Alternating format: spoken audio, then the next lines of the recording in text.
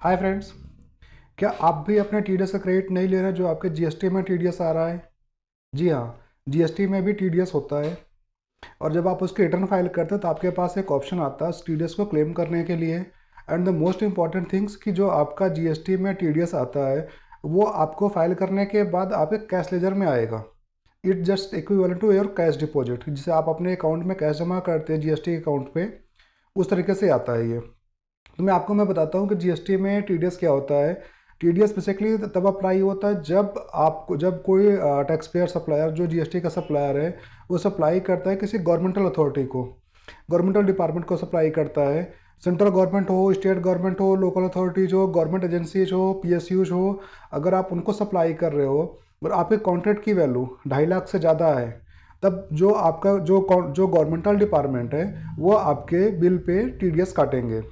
TDS काटेंगे आपका 2% से, सीजीएसटी 1%, एसजीएसटी 1%। अगर इंटरस्टेट सप्लाई है तो 2% से आईजीएसटी काटेंगे। ये काटने के बाद वो आप अपना रिटर्न डिपॉजिट करेंगे जीएसटी में जो रिटर्न जाती है वो, उसके लिए मैं अभी बताऊंगा। और आप जब अपने रिटर्न फाइल करेंगे जिस भी मंथ में आपका टीडीएस कटा रहेगा, तो आप अपने टीडीएस रिटर्न फाइल करके आप उसको क्लेम कर सकते हैं। आप अपने आउटपुट लाइबिलिटी के अगेंस्ट में उसको यूटिलाइज भी कर सकते हैं। अगर आपका कोई भी टैक्स नहीं बनता, आप रिफंड के लिए एलिजिबल हैं, तो आपके कैश लेजर में बैलेंस पड़ा रहेगा, आप उसके लिए रिफंड भी क्लेम कर सकते हैं। तो अगर इसको मैं ब्रीफली करूँ, इसके दो पर्सपेक्टिव्स रहेंगे। फर्स्ट कि आप सप्लायर हैं, और सेकंड आप गवर्नमेंट अथॉरिटी है। अगर सप्लायर के पॉइंट ऑफ व्यू से मैं बात करता हूँ, आप जीएसटी में सप्लायर हैं, तो आपने सप्लाई किया, आपके कॉन्ट्रैक्ट की वैल्यू 2.5 लाख से ऊपर है, तो इस पर टीडीएस कटेगा, गवर्नमेंटल डिपार्टमेंट टीडीएस काटेगा। और गवर्नमेंट डिपार्टमेंट टीडीएस काटने के बाद टीडीएस जमा कर देगा। आपको जो क्लेम, जिस वैल्यू पे टीडीएस नहीं कटेगा, अगर हम उससे बात करते हैं, अगर आपकी कॉन्ट्रैक्ट की वैल्यू 2.5 लाख से कम है तब आपको टीडीएस नहीं कटेगा। जब सप्लायर और सप्लाई जो हमारी एग्जाम सप्लाई अगर जा रही है तब नहीं कटेगा। और सप्लायर और रेसिपिएंट दोनों डिफरेंट स्टेट में है बट प्लेस ऑफ सप्लाई हमारा सेम स्टेट में है, इंटरस्टेट सप्लाई है, तब भी नहीं कटेगा। तो आप ये चीज़, 3 कैटेगरी आप ध्यान रखना जहाँ पे टीडीएस नहीं कटता है।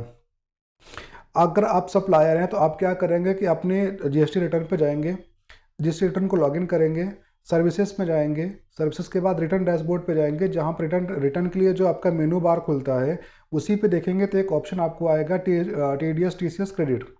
आप उस पर क्लिक करिए, आपका ईयर चूज करिए, मंथ चूज करिए, तो उसमें एक फॉर्म खुल के आएगा टीडीएस टीसीएस क्रेडिट क्रेडिट का।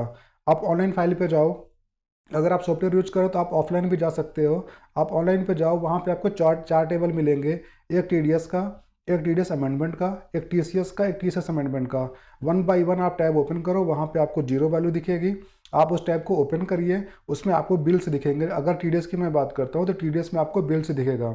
आप उस बिल्स पे जाओ, वन बाय वन सिलेक्ट करके आपके जो भी अपने सप्लाई किया, जैसे आप अभी के टाइम पे हमारा आईएमएस होता है, तो वैसे ही आपकी जो भी सप्लाई है वहाँ पे आपकी वैल्यू ऑफ सप्लाई दिखेगी, जो भी टीडीएस कटा वो दिखेगा, उसकी वैल्यूज़ पूरी दिखेगी, पार्टी का नाम दिखेगा, बिल नंबर दिखेगा। तो आप वहाँ से जाके उसको टिक करके आप उसको क्लेम कर सकते हैं। क्लेम करने के बाद जब आप बैक आएंगे, जहाँ पे आपको 4 टेबल दिखे थे वहाँ पे आपकी वैल्यूज़ दिखनी शुरू हो जाएगी। ऐसे ही सिमिलरली आप करस्पॉन्डेंस टीडीएस अमेंडमेंट पे भी जाएंगे। हर एक बार फाइल करने के पहले आप चेक करना, अगर आप पे टीडीएस अप्लीकेबल है तो यूजली टीसीएस अप्लीकेबल नहीं होगा। टीसीएस के लिए मैं आपको अलग से बताऊंगा। तो आप टीडीएस का फिर भी चारों बॉक्स चेक करना, आप अगर कोई एंट्री आ रही है तो उसको एंट्री को चेक करना, उसके बाद सेव करके वापस आना, आप उसको फाइल करना। जब आप फाइल कर दोगे तो जो अमाउंट आपके टीडीएस में आ रहा था वो वहाँ से ट्रांसफ़र होकर आपके कैश लेजर में आ जाएगा। तो आप इस तरीके से अपने अपने टीडीएस को यूटिलाइज कर सकते हैं एज ए बिंग हमारा टैक्स पेयर। अगर आप टैक्स पेयर हैं, अगर आप गवर्नमेंटल अथॉरिटी हैं, तो आपने जिसका भी टीडीएस काटा हुआ है तो आपको उसका टीडीएस जमा करना होता है, जिसकी कुछ टाइम लाइन्स होती है। टीडीएस जमा करने जो भी हमारा रिटर्न जाएगी, जमा तो हमारा वैसे ही होता है, जो रिटर्न जाएगी रिटर्न रहेगी GSTR 7। ड्यू डेट होती है 10 तारीख, 10 तारीख ऑफ द फॉलोइंग मंथ, जिस भी मंथ का होता है उसके नेक्स्ट मंथ में 10 तारीख तक आपको GSTR 7 टीडीएस की रिटर्न डालनी रहेगी गवर्नमेंट अथॉरिटी को, जो वैल्यू ऑफ सर्विस रिसीव कर रहे हैं उनके लिए। और टीडीएस का सर्टिफिकेट भी देना रहेगा GSTR 7A में, 5 दिन के अंदर देना रहेगा। इसका टाइम लाइन होता है कि आप जब से टीडीएस काटे हुए जो आपने जमा कराया है तो विद इन 5 डेज आप उनको सर्टिफिकेट देंगे। और जो आपके कैश लेजर में रहे, कैश लेजर से यूटिलाइज होगा ये। 18% का इस पर लेट फीस रहता है और पेनल्टी भी रहती है।